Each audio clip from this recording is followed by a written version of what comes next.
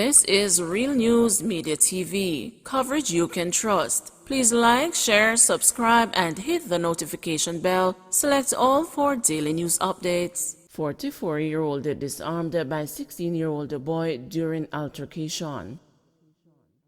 A 44-year-old would-be shooter was disarmed by a 16-year-old boy on Chisholm Avenue, Kingston 5 on Sunday, and the firearm and the suspect handed over to the police. Reports are that about 2 p.m., both males had a dispute during which the suspect pulled a firearm and pointed it at the teen. A struggle ensued during which the teen used a machete to inflict wounds to the suspect and managed to relieve him of the firearm. The police were summoned and a weapon, a 9mm pistol with a magazine containing 1 cartridge, was handed over to the police along with the suspect. The suspect was treated at a medical facility for his injuries and remain in police custody. Detectives assigned to the Halfway Tree police station are investigating. Jamaican students in Ukraine facing severe challenges as they flee war-ravaged country. Problem after problem, a distressed parent lamented to the news on Sunday following an update from her son in Ukraine that he, along with 23 other Jamaican students, had been forced to embark on a 9-hour walk to the Polish border from the city of Lviv after initial plans to travel by bus were disrupted. I just want this whole thing to be over now. I am stressed out. It is not like your child is in Jamaica and you just don't know if he or she is okay. It is a whole other country, and every time you look on social media, you see a next news that makes you worry 1,000 times more. I wouldn't wish this feeling upon my worst enemy, said the worried mother whose name is being withheld. The mother's lament came before Minister of Foreign Affairs Senator Kamina Johnson-Smith confirmed that the 24 Jamaican students had traveled by foot after bus plans were disrupted. My best information is that apparently citizens were angered by the bus overtaking traffic. It is not clear to me whether this is vehicular traffic or foot traffic, as we have all been seeing images of long lines of people proceeding both on foot and by vehicle towards the various border points in order to leave Ukraine, Johnson-Smith said in an early release.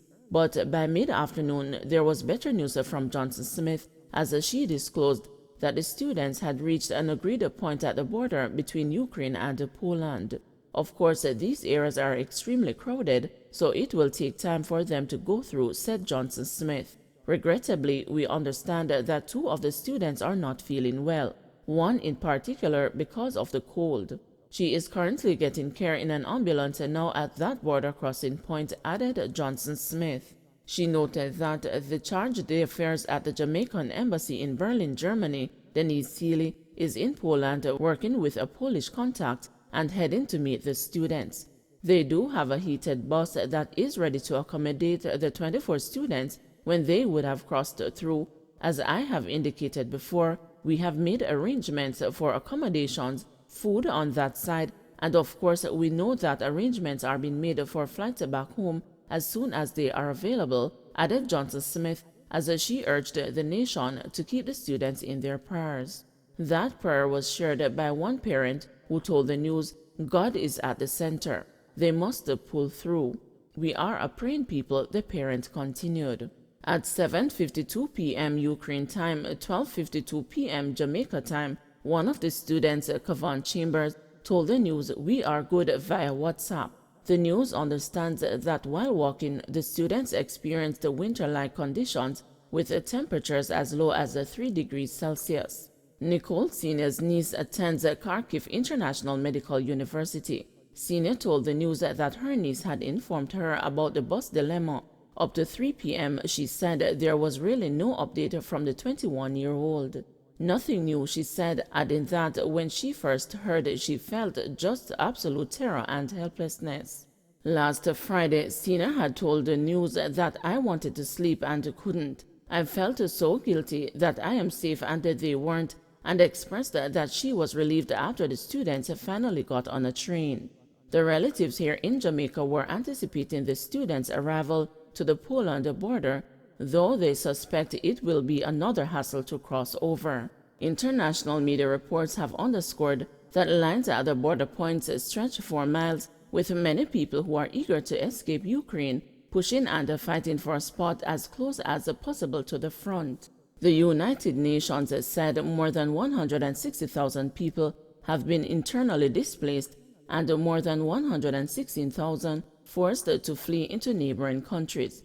In the meantime, another parent whose 20-year-old daughter is a student at Kiev Medical University said things remain unfavorable.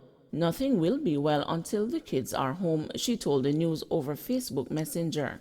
The woman remains angered by comments on social media towards the students. She described the comments as distasteful and requested that her and her daughter's name be omitted from this story. You have people saying stuff like, "Who sent them there?" Yes, we know that you guys did not send our kids there. We made the decision to send our kids there because when we applied to the University of the West Indies, the University of the West Indies basically told me and my child that I could not afford it to send her there. So we have to send our kids somewhere else. Our kids want to make something of their lives. They want to be something. They want to contribute to society, she lamented. Everything in life is a risk and a gamble, and they do it on their own. So we are not playing the blame game on anybody. So do not stay behind your screens and try to belittle the kids or belittle their parents, she went on.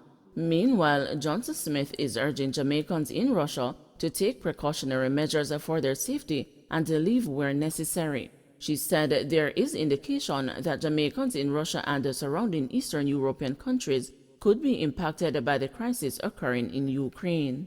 We are aware of 8 Jamaican students, but our team has been receiving anecdotal reports of a higher number who are in Russia.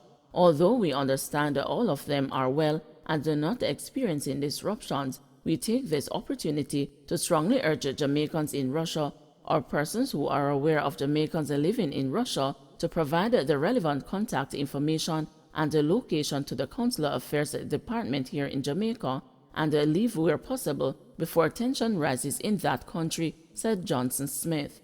We take this opportunity to strongly urge nationals in these and the surrounding countries in Eastern Europe to exercise prudence in their activities and to take precautionary measures for their safety. These include and are not limited to securing safe passage to alternative locations, securing the necessary resources to do so, and establishing relationships with a family or friends who may be of assistance as necessary in ensuring their security. Jamaican businessman and a family now in Poland. Jamaican businessman William Macias and his family finally made it into Poland, ending a long and agonizing trek from Lviv in western Ukraine that began last Friday morning, a day after Russia launched a deadly invasion of its Eastern European neighbor. Macias sent word at 6:22 p.m. Sunday, Jamaica time, 12:22 a.m. Monday, Poland time, that he, his Ukrainian wife Victoria, and their 5 children had crossed the border from Ukraine. He gave no further details. On Saturday, the Jamaican family had encountered chaotic scenes at one of the border crossings and had retreated about 20 miles to a bus station where they had planned to spend the night. However, they were offered a shelter by an Ukrainian woman at her house and restaurant in what Macias described as a nice little village. CPFSA's big plan for children in state care.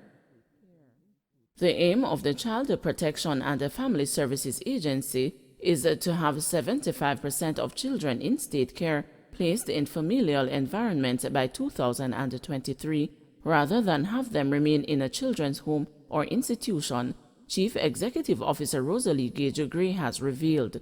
According to Gage-Gray, the agency has already placed 67% of the 4,500 children it is responsible for in familial settings and is pushing to secure more placements despite some challenges. For the tedious work they had to endure last year in matching some of these children with the right foster parents, Gage-Gray last Friday honored a small group of CPFSA foster care officers who placed 20 or more children in a familial setting.